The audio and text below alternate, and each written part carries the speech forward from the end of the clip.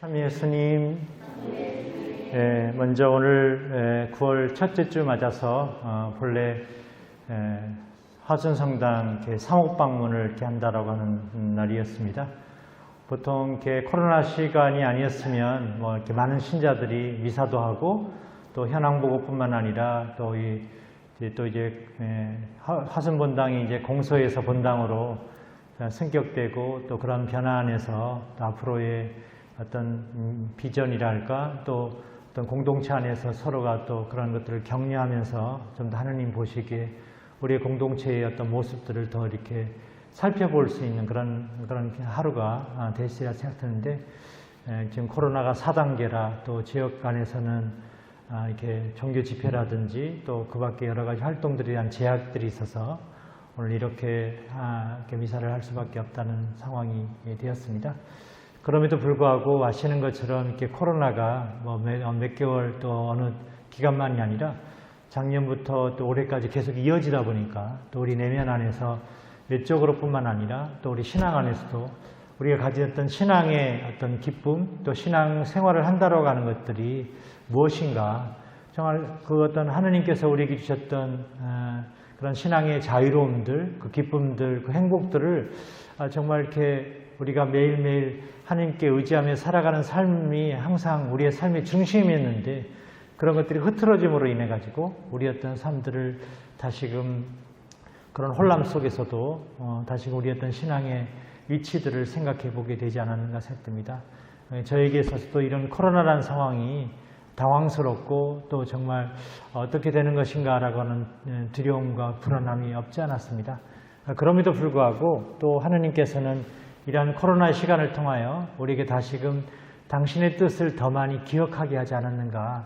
예전에 당연히 또 매너리즘 차원 안에서 당당히 이렇게 성당을 오고 활동을 하고 당연히 기도하고 해왔던 그 모든 것들이 어떤 기계적이고 습관적인 것이 아니라 그런 간절함들 또 그런 신앙 안에서 우리가 노력하고 있는 것들 또 우리 이 시대가 정말 소중히 여겨야 될 것들이 무엇인가를 더 생각해보는 시간이 되지 않았는가 싶습니다. 그래서 오늘 특별히 많은 신자들 앞에는 아니지만 다시금 오늘 화순본당 사목봉문을 맞으면서 그 전에 여러 신부님들이 오셔가지고 또 간담회도 갖고 또 어떤 함께 여러 서류나 또 그 밖에 본당 발전을 위한 여러 가지 나눔들이 있었다고 생각됩니다. 그리고 그럼에도 불구하고 오늘 또 미사를 통해서 함께하는 분들뿐만 아니라 또 이 방송을 통해서 또 우리가 이 미사를 통해서 하느님께서 원래 한국교회에는 엄청난 은총의 선물을 주시고 있다고 생각됩니다. 그 첫 번째가 올해는 한국교회의 이제 첫 번째 순교자이면서 신부님이신 김대건 신부님께서 이렇게 탄생 200주년을 맞으면서 교황청에 또 연락을 해가지고 우리 한국교회가 특별 희년을 보내겠다는 걸 했거든요. 이 희년이라고 하는 것은 기쁨의 희년이거든요. 하느님께서 우리 한국교회 신자들에게 여러분들이 그 선조들이 그 훌륭한 순교의 영성을 본받으면서 이제야말로 그 신앙의 그 기쁨을 가지고 살아가십시오. 내가 축복을 보냅니다. 라고 하는 한 해거든요. 그러니까 우리가 물론 코로나 때문에 뭐 미사에 나오는 것뿐만 아니라 그 밖에 모든 것들이 제약이 있지만 하느님께서는 우리가 알든 알지 않든 당신의 축복을 지금 이 순간 다른 어느 때보다도 한국교회에 보내고 있다는 거죠. 우리가 그거를 얼마나 알아차리고 받아들이고 있는가라고 하는 것들을 특별히 코로나 상황 안에서는 더 많이 우리 마음 안에 어떻게 응답을 드릴까라고 하는 것들을 생각해 보게 됩니다. 그래서 때로는 줌으로, 때로는 내 개인적인 기도 생활로, 아니면 때로는 성취조배로, 아니면 때로는 여러 크고 작은 활동을 통해서 그런 신앙의 기쁨을 찾기 위한 여러 시간들이 있었다고 생각됩니다. 먼저 오늘 강론을 이렇게 시작하면서 이렇게 먼저 어떤 신라 하나가 제가 들었던 이야기가 있어서 한 가지를 오늘 복음과 연관시켜서 말씀드리고 싶은데요. 미국에 이렇게 두 할머니 할아버지가 계셨는데 이렇게 검소하게 사셨는지 빛바랜 그 원피스 차림의 할머니 한 분과 또 정장 차림에 낡아빠진 정장 차림의 할아버지 한 분이 하루는 미국에 있는 하버드 대학 총장실을 방문을 했습니다.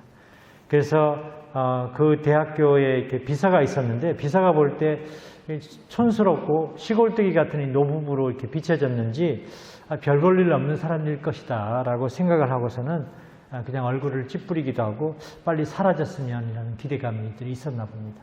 그래서 그분들이 오셔서 우리가 총장님을 뵈러 왔습니다 라고 이렇게 말을 하니까 비서는 딱 단호하게 잘라 말하면서 우리 총장님은 너무너무 바쁘신 분입니다. 그러면서 이렇게 대답을 하니까 이 노부부가 그러면 저희가 총장님 올 때까지 기다리겠습니다 라고 한 것이죠. 그래서 비서는 이 노부부가 좀 있다가 지쳐가지고 기다리다 그냥 가겠지라고 생각을 했는데 비서가 이리저리 왔다 갔다 하는 사이에 4시간이 흘렀지만 그분들이 돌아가시지 않고 그냥 무시하면서 방치해둔 상황이 된 것이죠. 그래서 비서는 시간이 지나면서 이제 짜증도 나고 안 되겠다 해가지고 총장실에 총장님에게 가가지고 잠깐 만나 주셔야 되겠습니다. 지금 정말 이분들을 갈지 안 갈지도 지금 계속 모르는 상황이라서 그래서 총장님은 그 이야기를 듣고 허리만 노차림에 이제 부부라고가 찾아왔다는 말에 방해를 받고 있다는 생각도 들었고 왜 이렇게 무례할까라는 생각도 들면서 또 화가 치밀기도 하고 잠깐 화를 머금고 한숨을 내쉬면서 마지못해서 그러면 내가 한번 만나겠노라고 이렇게 고개를 끄덕였습니다. 그래서 이제 그 사람들과 시간 낭비를 이렇게 더 이상 할 필요가 없지 않을까라는 그런 기대 속에서 굳은 표정으로 그들에게 다가가서 이렇게 말했죠. 그래서 이제 할머니가 총장님이 다가오고 하니까 말씀합니다. 총장님, 저희에게는 하버드에 1년을 다닌 아들이 있었습니다. 근데 그 아들이 이 하버드 대학을 너무너무 사랑했습니다. 그리고 아주 행복했었습니다, 그때가. 근데 어느 날 갑자기 사고를 당해가지고 아들이 세상을 떠났습니다. 그래서 저희는 이 캠퍼스에 그 아들을 기억하면서 기념물을 하나 세웠으면 좋겠습니다. 그래서 이제 그 순간 총장님은 전혀 감동하지 않고 무례한 동작으로 또 그런 말로 들었고 퉁명스럽게 말하죠. 할머니, 하버드 다니다가 죽은 모든 사람을 위해서 우리가 어떤 동상을 세워줄 수 없습니다. 그렇게 모두 다 동상 세우고 하다 보면 마치 공동묘지처럼 될지도 모릅니다. 그래서 할머니는 총장님 그게 아닙니다. 저희가 동상을 세우고 싶은 것이 아닙니다. 건물 하나를 제대로 짓고 싶습니다. 그래서 이제 총장님이 너무나 흥분돼 가지고 아니 건물이라고요? 건물 하나 짓는데 비용이 얼마나 든지 아십니까? 라고 하면서 이 하버드 건물을 짓는데 750만 달러가 걸렸습니다. 그래서 할머니가 잠시 숨을 죽였고 총장님은 드디어 노부부가 그냥 쫓겨나서 가게 될 거라고는 안도의 한숨을 또 쉬었는지도 모르겠습니다. 이 할머니는 할아버지에게 힘주면서 말합니다. 그 정도 금액이면 대학을 하나 세울 수 있나 보겠죠? 그러면서 우리가 그런 대학을 한번 만들면 어떨까요? 그러면서 할아버지는 그것도 참 좋겠다라고 고개를 끄덕였다고 합니다. 노부부는 미소를 지으면서 총장실을 나갔습니다. 갑자기 이제 총장님의 얼굴은 당혹감과 혼란함이 역력하게 나타났습니다. 이분들은 그 하버드 대학을 나가가지고 이제 하버드 대학에서 더 이상 돌봐주지 않은 아들을 기념하기 위해서 그 사랑하는 아들의 이름을 딴 릴랜드 스탠포드 주니어 대학교를 설립합니다. 이것이 오늘날 명문대학 중 하나인 스탠포드 대학입니다. 그렇게 당시 하버드의 총장과 비서는 이 노부부의 입장을 제대로 귀 기울이지 않아서 고에게 그 기부금을 받을 그 철로의 찬스를 놓치고 말았다는 이야기입니다. 자, 오늘 복음에서 예수님께서 많은 병자들을 만나셨는데요. 특별히 기먹고 말없는 일을 취하는 장면을 오늘 마르코 복음사가가 소개합니다. 당시 유다인들 사이에서 길을 먹고 있는 병자의 경우는 한마디로 하느님의 그 소중한 말씀을 듣지 못하는 율법적인 그런 장애를 가진 사람으로 치부되곤 했습니다.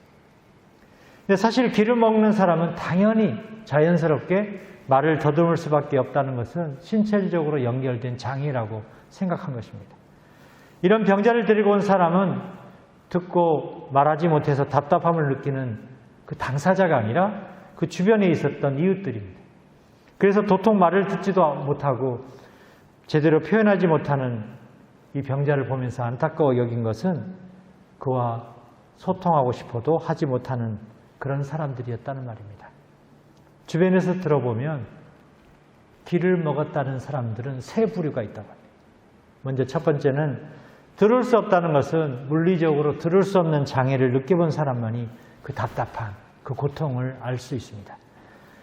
그래서 듣지 못하면 할 말이 없어지는 법인 것입니다. 왜냐하면 자신의 말이 들리지 않으니까 말입니다. 두 번째 부류는 소리는 들었습니다. 그런데 그 뜻을 제대로 이해하지 못하는 사람들을 말하는 것입니다. 요즘 우리 사회에 분명히 들은 말인데도 그 뜻을 이해하지 못해가지고 어리둥절해 여기는 사람들이 있습니다. 요즘 청소년들이 사용하는 그런 용어들, 또 스마트폰이나 인터넷 등을 통해서 새롭게 만들어내는 새로운 신조어들, 또 특히 대중모체를 자주 접하지 못하는 사람들은 그 말의 맥락이나 의미를 잘 파악하지 못해서 그들 사이에서 왕따가 되거나 아니면 그 대화에 끼어들지 못하는 답답함을 체험할 수밖에 없습니다. 다음으로 세 번째 부류는 말을 듣고 그 의미는 알긴 아는데 미리 자신의 마음을 닫아버려가지고 더 이상 그 말을 마음속에 새기지 못하는 사람들을 생각할 수 있습니다.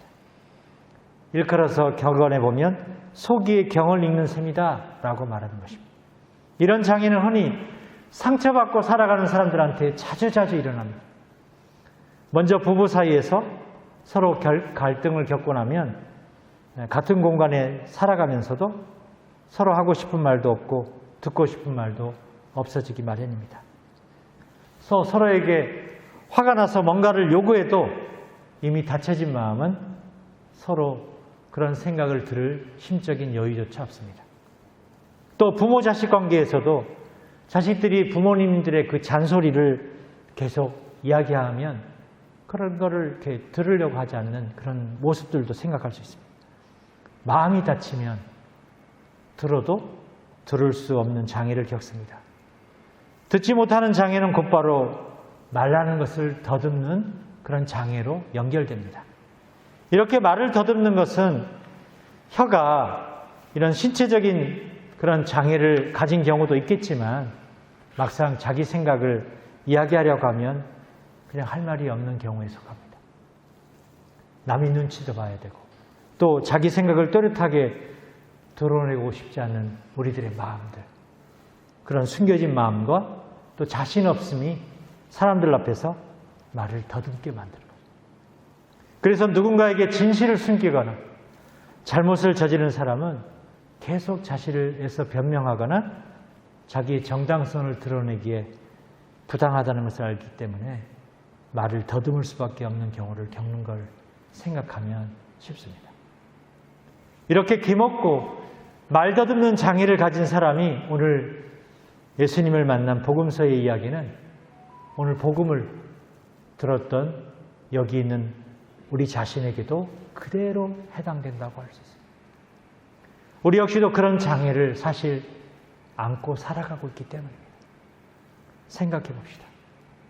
살면서 얼마나 수없이 주변에서 쏟아지는 소리와 말들에 우리가 지치고 있는가 말입니다. 세상 속의 말들 가운데는 우리가 듣고 싶지 않은 말들, 또 들어서는 안 되는 말들도 많이 있습니다.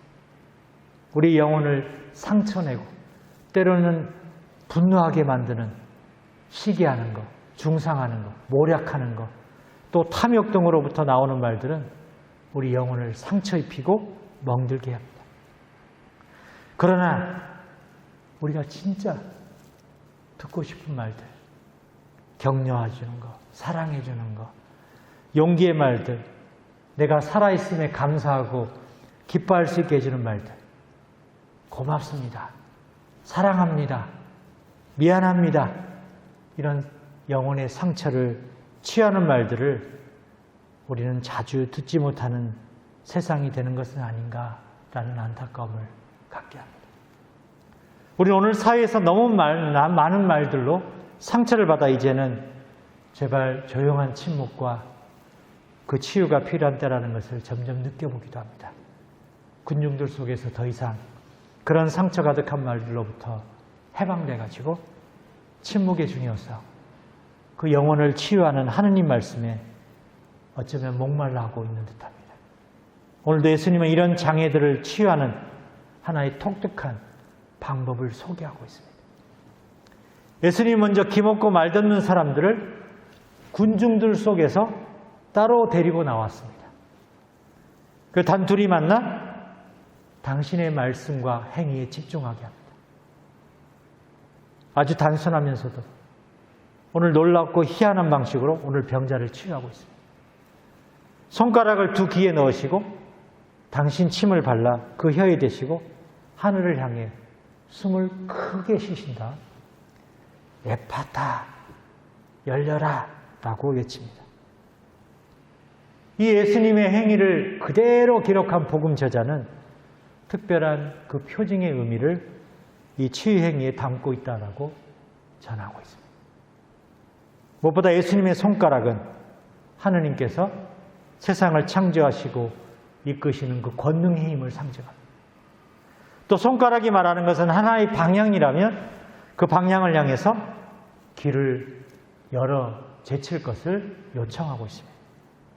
또 예수님의 침은 당신의 말씀에 힘이 담겨 있는 치유의 능력을 상징하고 그의 침을 발라줌으로써 이제야말로 예수님 말씀에 맞들여 살아가는 뜻으로 받아들일 수 있습니다.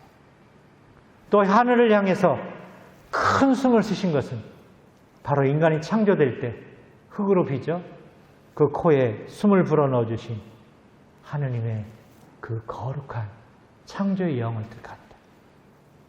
한마디로 세상에서 변형돼 버리고 왜곡돼 버리고 잘못된 그 장애를 안고 있는 인간을 새롭게 창조해 주시는 하느님의 또 예수님의 행위를 볼 수 있습니다. 에파타, 열려라 라는 간절한 하느님의 호소의 말씀도 들립니다. 오늘도 우리가 살면서 얼마나 많이 길을 막고 또 입을 막고 살아가고 있는지 생각해 보면 쉽습니다. 우리와 인연을 맺고 있는 사람에게 제발 좀 길을 열어달라고 답답해하거나 또 마음의 문을 열어달라고 호소하는 우리 자신을 볼 때마다 우리는 남이 보기에 얼마나 열려있는 그런 개방적인 유연한 그런 삶을 살고 있는지 생각해 볼입니다. 사람 마음의 문을 여는 일처럼 힘든 것도 없겠지만 오늘 예수님께서 우리를 치유하시고 우리가 알지도 못한 채 갖게 된 그 장애들을 벗어나기 위해서는 먼저 그분이 우리를 치유할 수 있도록 그런 자리를 마련하는 일이 중요할 듯 싶습니다.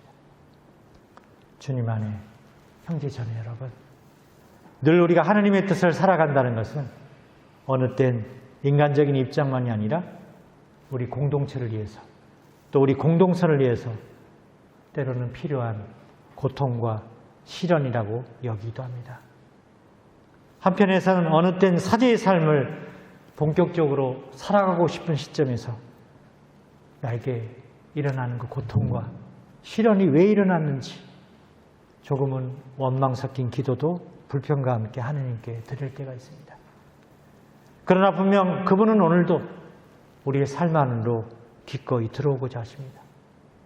늘 긴장하고 그 두려움에도 불구하고 그분이 마련하시는 그 식별과 그 책임의 초대를 결코 우리가 소홀히 하지 않아야 함을 다짐하게 됩니다. 언제나 그분만이 채우시는 그 사랑의 계획을 하나하나 충실히 살아갈 것을 기억합니다. 무엇보다 여기 있는 화순본당 공동체 역시 여러분 앞에 놓여있는 크고 작은 시련과 고통, 때로는 절망까지도 이어져 신앙의 뿌리조차 흔들리는 상황도 맞을 것입니다. 매 순간 성령께서는 이러한 기회를 통해서 다시금 우리의 복잡하고 부족한 마음들을 하나씩 열어주시기를 특별히 기도하고 싶습니다. 이제 여러분도 점점 공소해서 본당으로 도약하는 가운데 하고자 하는 많은 일들이 그동안 있었습니다. 그러나 하느님 섭리 안에서 공동체에 가장 필요한 것이 무엇이겠습니까? 끊임없는 기도와 더불어 신자들의 충실한 협조, 협력, 그리고 하느님의 그 성령의 영이 어우러져서 이곳 화순 지역의 복음화의 선포가 점점 커져가길 희망해 봅니다. 여기에 오늘 여기 있는 우리의 몫이 분명히 있다고 생각합니다. 에파타 하시는 주님의 강력한 그 기적의 말씀을 우리가 자주자주 들으면서 열정 많은 여러분의 신부님과 함께 다시금 행복한 주님의 공동체가 되기를 축원합니다. 잠시 묵상하겠습니다.